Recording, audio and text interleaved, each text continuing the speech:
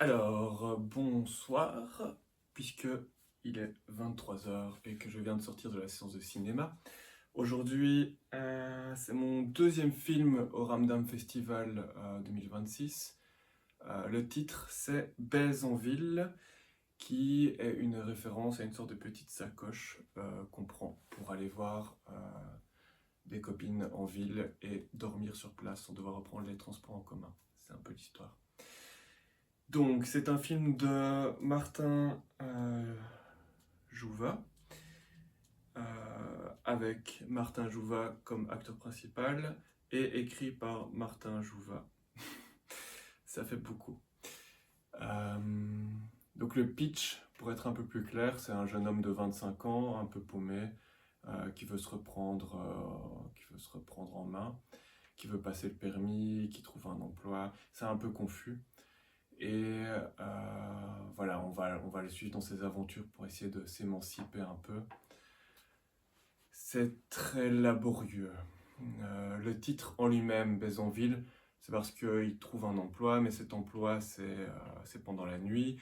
Et comme il n'a pas le permis, ben, il est difficile à s'y rendre, c'est toujours à des endroits différents.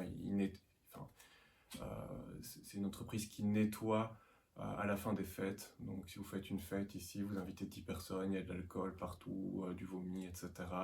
Bah, vous faites appel à l'eau nettoyeur pour nettoyer après vous, et donc ça se passe en pleine nuit. Cependant, dans le fond, le titre est un peu bizarre quand même. Je sais pas s'ils auraient pu trouver un meilleur titre parce que en réalité, bah, il a deux occasions entre guillemets, d'avoir des relations pour profiter d'une chambre. Mais en fait, ça ne sert pas à grand chose puisque dans tous les cas, après le rangement, il a quand même encore rentré chez lui. Il ne peut pas retourner dans la chambre. Et c'est un peu particulier. Ouais, j'ai envie de dire ça comme ça.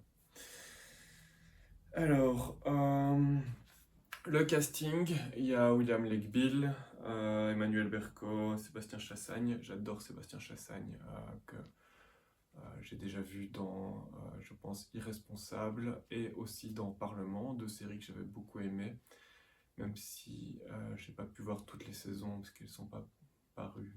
Enfin, Parlement, j'ai vu toutes les saisons, mais il me semble qu'Irresponsable, j'ai jamais pu voir les saisons suivantes. Globalement, les acteurs que je viens de citer s'en sortent très très bien, mais bah, l'acteur principal, je dirais pas qu'il joue mal, mais en fait son rôle est pas difficile. Ce serait difficile de bien le jouer de mon point de vue. L'écriture est vraiment laborieuse. C'est un peu un des défauts du film, c'est qu'on est sur une comédie, je ne l'ai pas dit, mais c'est censé être une comédie. Une comédie qui veut aussi ajouter un aspect un peu plus émotion, puisqu'on est quand même sur un gamin qui essaie de devenir adulte, les difficultés, les relations avec sa famille. Il doit se remettre d'une rupture, il est encore amoureux de son ex qu'il a quitté il y a un an. Mais c'est plus pathétique qu'émouvant. Et l'énorme problème, c'est que moi j'adore l'humour absurde, mais ici, il y a vraiment des moments drôles. Attention, je ne vais pas dire le contraire. Il y a quand même des moments drôles, mais globalement, l'acteur principal, enfin le personnage principal, est juste ultra énervant. On a envie de le gifler, on a envie de l'étrangler. Et donc, moi, je différencie l'absurde du gênant. Et si c'est gênant, en fait, il joue un personnage qui a l'air complètement teubé. Moi, j'ai pas envie de rire d'un gars qui est teubé, en fait. Mais il n'est pas non plus teubé émouvant. Enfin, c'est particulier. Et l'histoire en elle-même, il n'y a pas d'effort d'écriture, ça part un peu dans tous les sens. Et donc, on pourrait avoir l'idée d'avoir un film où il fait un rite de passage, on va dire ça comme ça. Il passe de enfant, adolescent à adulte à la fin du film. C'est pas vraiment le cas. Euh, Sa monitrice d'auto-école, parce qu'il essaie de passer le permis, lui organise deux rendez-vous avec deux filles qui ont l'air super gentilles, euh, comment dire, sensibles, belles, qui, paf, il en sort rien. Elles auraient pu l'aider, lui, à progresser. On se demande qu'est-ce qu'elles font avec lui parce qu'il est juste énervant. Et voilà, on n'en fait rien du tout. Enfin,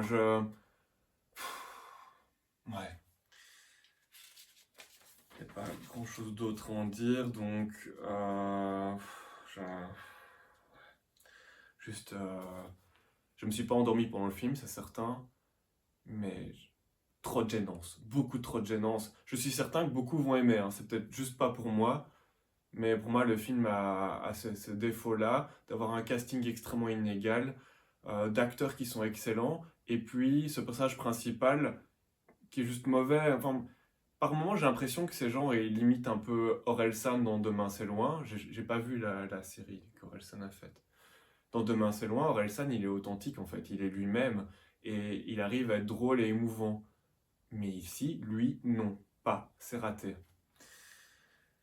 Donc, je pense que j'ai rien d'autre à dire. Moi, en tout cas, j'ai eu des moments, des scènes drôles, il y en avait, mais c'était malgré le film, plus qu'avec le film. Enfin, non, ouais, c'est un peu exagéré de dire ça. Il y avait des scènes qui étaient drôles en elles-mêmes, je veux dire. Mais Mais l'effet comique recherché la plupart du temps par ce personnage qui est juste con, moi ça ne marche pas. Voilà, mais vous ça marchera peut-être. Bonne soirée.